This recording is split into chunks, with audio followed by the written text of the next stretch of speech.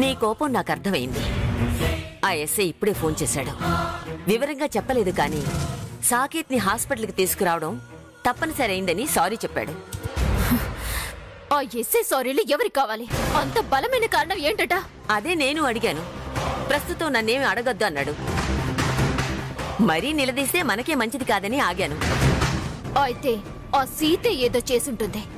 ఇప్పటిదాకా గెలుస్తూ వచ్చాం, ఇప్పుడు అది నేనే గెలిచాని విర్రవేగుతుంది. నా మొహాన చిటికలు వేసి మరీ ఛాలెంజ్ చేస్తుంది. తలెత్తి దాని మొహంలోకి చూడలేకపోయాను. ఇంకా తలదించుకుని బతకాల్సిందేనా? అలా బతికి కన్నా చావడమే మిన్నా. ఆ పరిస్థితి భాగీరథి బతికుండగా రాదు. ఏంటి రాదు? ఇంత దాకా వచ్చింది, రేపు ఆ పరిస్థితి రాదని గ్యారంటీ ఏంటి? దాని ధైర్యం, ఆ పొగరుబోతుతనం చూస్తుంటే నాకు మనం గెలుస్తామన్న నమ్మకం కలగడం లేదు. అది ఎలాగో అలాగా ఆ సాకేత్ నిర్దోషి అని నిరూపించి బయటికి తెచ్చేలా ఉంది. అంతకన్నా ముందు మనం చెయ్యాల్సింది ఒకటి ఉంది. ఏంటది? రేపే మంగమ్మకు ఆపరేషన్. ఈ ఆపరేషన్ వదిలేసి ఆ ఆపరేషన్ గురించి మాట్లాడతావే? ఎందుకలా రివర్స్ అయింది? చూడు, గెలుపు ఓటమిలు సహజం. పైగా ఆ సీతకి చావు తెలివితేటలు ఎక్కువ. దాన్ని ముందు మనం మానసికంగా దెబ్బతీయాలి. అది కోలుకునే లోపు మన పని మనం పూర్తి చెయ్యాలి. మనం దెబ్బతీస్తే కుంగిపోయే మనుషులా కనిపించడం లేదా సీత? నిన్నటిదాకా మనం ఆడమన్నట్టలా ఆడింది. ఇప్పుడు రివర్స్ ప్లే మొదలుపెట్టింది. అది ఏ ప్లే మొదలుపెట్టినా దానికి మంగమ్మంటే ప్రాణం. అది కోలుకోకుండా చెయ్యాలి. ఎలా సాధ్యం? రేపే ఆపరేషన్. మనం చేయగలిగేది ఏమీ లేదు.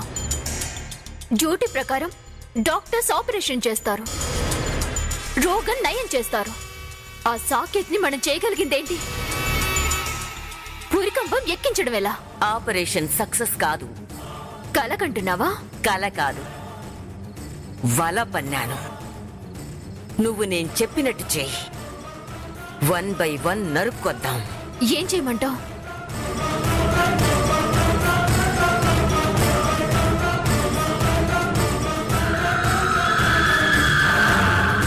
వెళ్ళు, వెళ్ళి నేను చెప్పిన పనిలో ఉండు. అలాగే.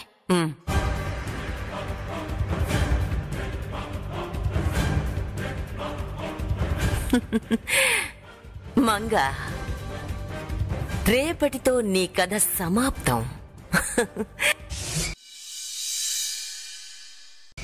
ఆపరేషన్ సక్సెస్ అయ్యి మీరు క్షేమంగా ఆయుర ఆరోగ్యాలతో వర్ధిల్లాలమ్మమ్మ గారు.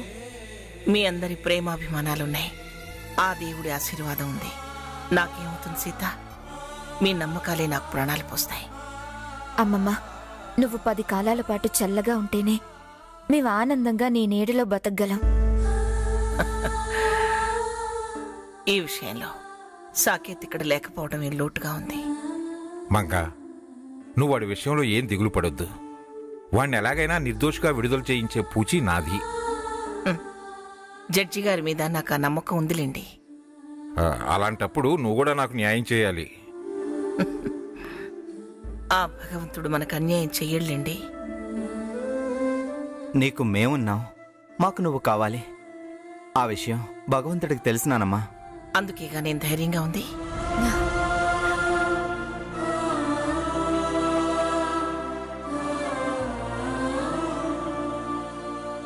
You are perfectly all right. I'm always perfect doctor. Sir, మీరు ఈ మెడిసిన్స్ తీసుకుని ఆపరేషన్ థియేటర్కి పంపించండి. అలాగే డాక్టర్ గారు. రే రఘురామ్, రే. సిస్టర్, డాక్టర్, మేడంని ఆపరేషన్ థియేటర్కి షిఫ్ట్ చేయండి. అలాగే doctor.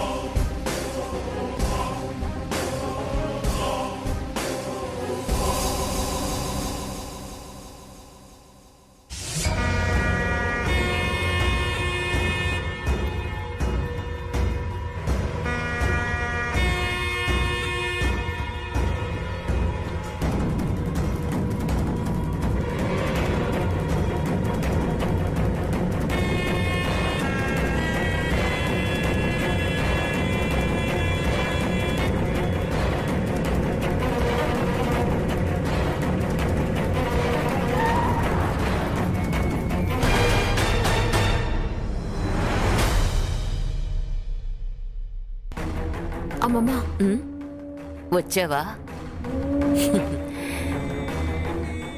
Same to same expire అయిన మందులు.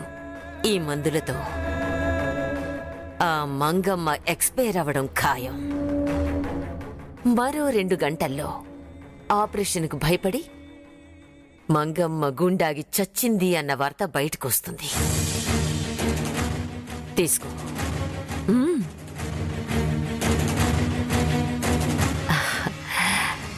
వెళ్ళి నీ పని పూర్తి చేసుకురా. అలాగే అమ్మమ్మా. వెళ్ళి.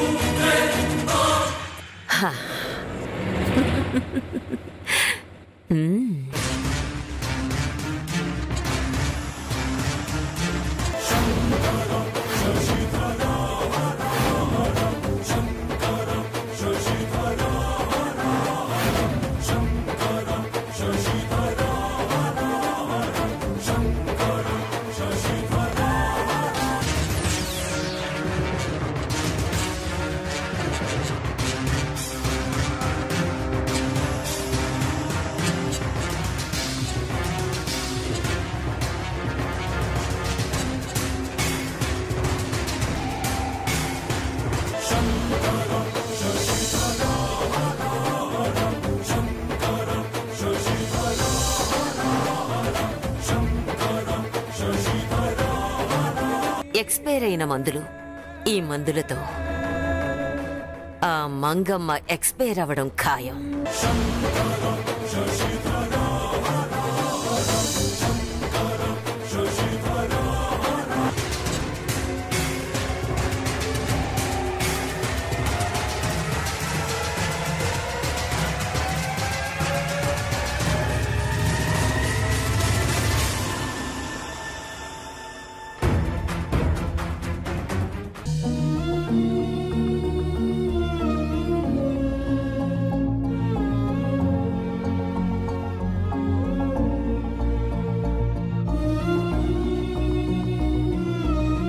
సీత, నేను అడిగింది ఏం ఆలోచించావు?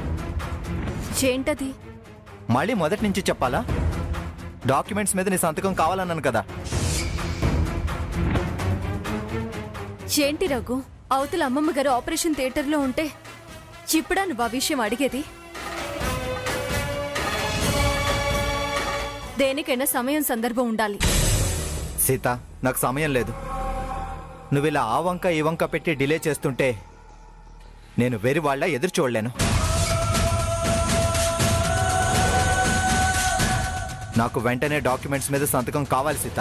తాను పట్టిన కుందేటికి 3 కాళ్ళు అన్నాడట. వెనకటికో మూర్ఖుడు. నేను మూర్ఖుడినే తాతయ్య. నాకు మీరేం ఉపదేశాలు సందేశాలు ఇవ్వద్దు. తను సంతకాలు చేస్తే చాలు. అర్థం లేకుండా మాట్లాడుకు రఘు. ఇలా మొండితనానికి పోవడం మంచిది కాదు. చూడు సీత, నువ్వు ఇలా వాయిదాలు వేస్తే నేను విడాకులు ఇవ్వాల్సి వస్తుంది. రఘు, అంతే సీత. తరువాత నీ ఇష్టం.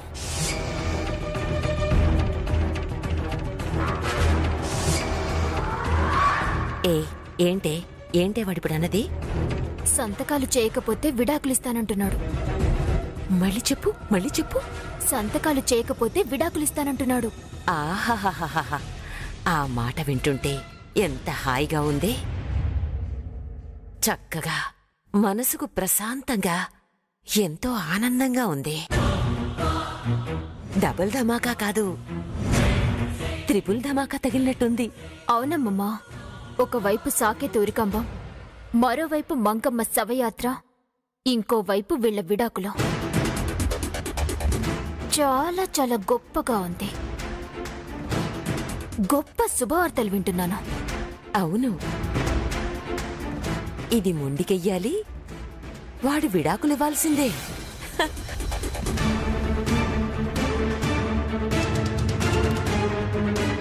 అదిగో లైట్ ఆఫ్ అయింది. ఇంకా సేపట్లో చావు కబురు చెప్పడానికి డాక్టర్ వస్తారు.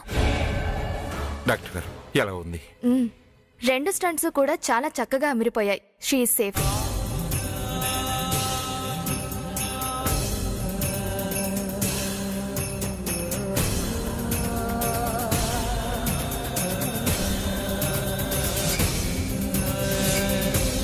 కాసేపు అయితే రూమ్ షిఫ్ట్ చేస్తా, మీరందరూ వెళ్ళి చూడొచ్చు.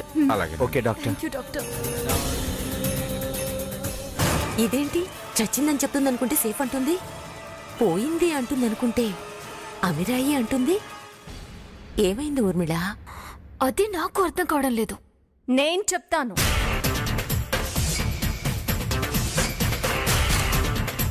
మీకు ప్రాణాలు తీయడం తెలిస్తే నాకు కాపాడడం తెలుసు. మీకు కొంపలు కూల్చడం తెలిస్తే నాకు దాన్ని ఎలా నిలబెట్టాలో బాగా తెలుసు. మీరు శిక్షలు వేయించాలని చూస్తే వాటిని ఎలా రద్దు చేయించాలో నాకు బాగా తెలుసు. చిచ్చి, శవాల మీద పేలాలు ఏరుకునే రకాలు మీరు. మీ రాజకీయాలు శకుని ఎత్తులు నా దగ్గర సాగవు.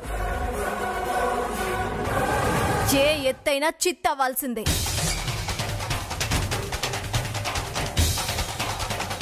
చికెన్ అయినా జాగ్రత్త పడండి, లేకపోతే నా చేతిలో నుంచి చావును మీరు తప్పించుకోలేరు.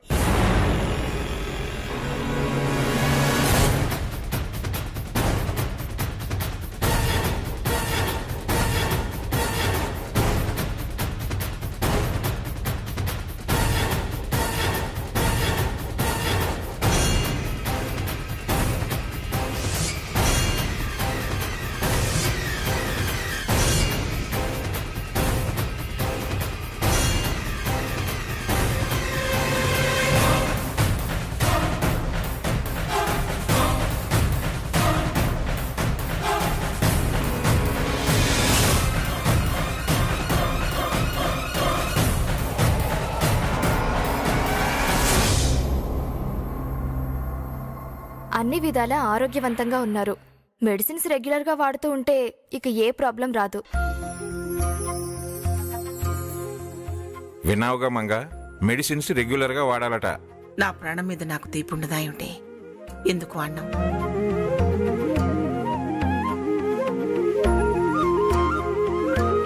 ఏదో ఒకటి ఆలోచిస్తూ అశ్రద్ధ చేస్తావేమోనని తాతయ్య భయం. నాకు వేరే ఆలోచనలే ఉన్నాయిరా, ఒక్క సాకేత్ విషయం తప్ప.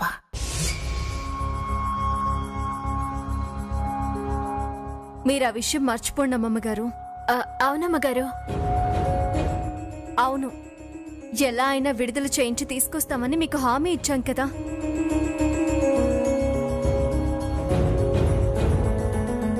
డాక్టర్ గారు ఎప్పుడు డిశ్చార్జ్ చేస్తారు? ఇప్పుడంటే ఇప్పుడు తీసుకెళ్ళొచ్చండి. అయితే త్వరగా వెళదాం పదండి. అన్ని విధాలుగా బాగున్నప్పుడు ఇంకా ఈ హాస్పిటల్ ఎందుకు? ఎవరన్నా నాతో రండి, డిశ్చార్జ్ ఫామ్ రాసిస్తాను. ఒరేయ్, నేను మందులు తీసుకొస్తాను, నువ్వు ఈ లోపు డిశ్చార్జ్ ఫామ్ తీసుకురా. అలాగే తాతయ్య.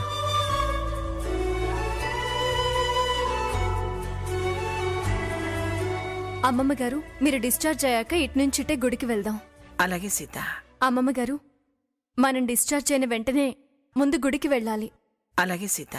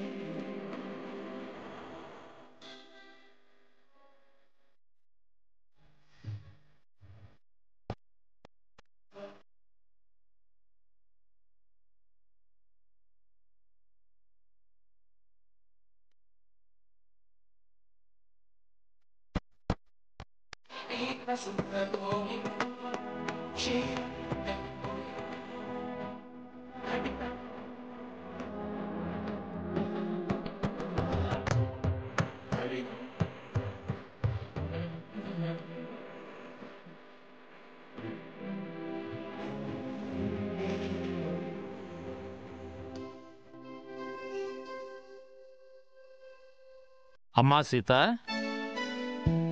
నువ్వు చెప్పినట్టు అన్ని ఏర్పాట్లు చేశానమ్మా. సరే పంతులు గారు. ఏమిటి సీత, ఏమిటా ఏర్పాట్లు? మీ ఆరోగ్యం గురించి మేమంతా హాస్పిటల్లో మీ కంగారులో ఉండగా మీరు క్షేమంగా తిరిగి కోటికి రావాలని ఇదిగో ఈ ఊర్మిళే ఆ దేవుడికి 108 కొబ్బరికాయలు 1008 ప్రదక్షిణలు చేస్తానని మొక్కుకుందమ్మగారు.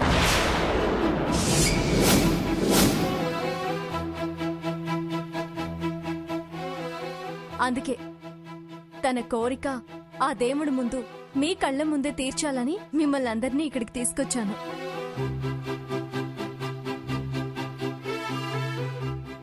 ఊర్మిళ, వెళ్ళు, మీ పెద్దమ్మ గారి ఆశీర్వాదం తీసుకో.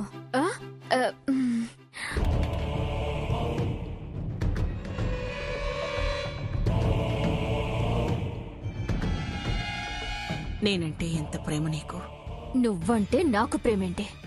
గతి లేక నీ కాళ్ళు పట్టుకున్నా. లే, జాగ్రత్తగా నీ మొక్కు చెల్లించమ్మా. అలాగే అమ్మగారు. అమ్మా సీత, ధ్వజస్తంభం దగ్గర కొబ్బరికాయ కొట్టాలి. అలాగే పంతులు గారు. ఊర్మిళ, రా, మనం వెళ్ళి కొబ్బరికాయలు కొట్టొద్దాం. రా, పద.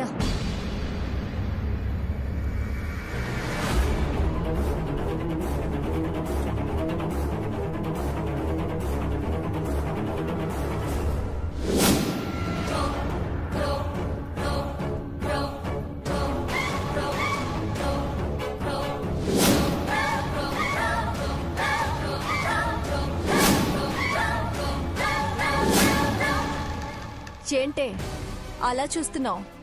తప్పు చేస్తున్నావు. నువ్వు చేసిన తప్పులకి కనీసం ప్రాయశ్చిత్తంగా అయినా ఉంటుందని ఈ ఏర్పాట్లు చేశాను. వదల్నా, మిమ్మల్ని వదల్నా. ఇలాంటి మాటలు మాట్లాడే మీ అక్క ఆ దేవుడి దగ్గరికి వెళ్ళింది. ఇప్పుడు నువ్వు ఈ దేవుడి సమక్షంలో ఉండి అవే మాట్లాడుతున్నావు. నువ్వెక్కడికి వెళతావో చూసుకో. అన్యాయంగా నా అక్కని చంపిన సాకేత్ను ఆపవే. అదే నిజమైతే నేను, నువ్వే కాదు, ఆ దేవుడు కూడా ఊరుకోడు. ఖచ్చితంగా శిక్షిస్తాడు. ఇంకా చూస్తావే, పద, కొబ్బరికాయలు కొడదు గాని. అమ్మ సీత, మొదలు పెట్టండి అమ్మా. రా ఊర్మిళ, రా.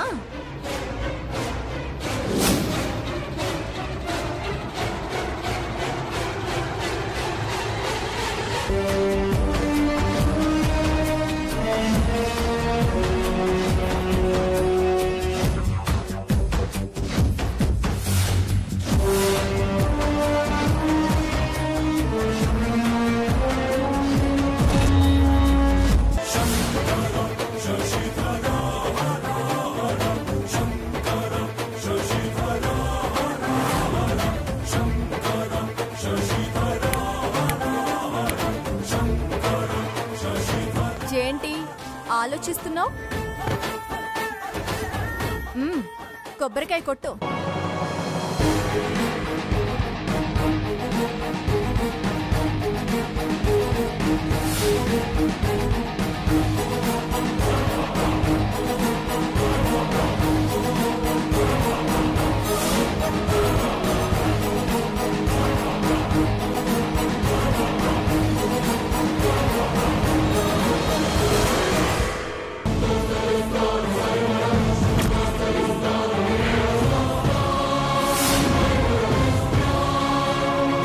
ఇంకొకటి తీసుకో.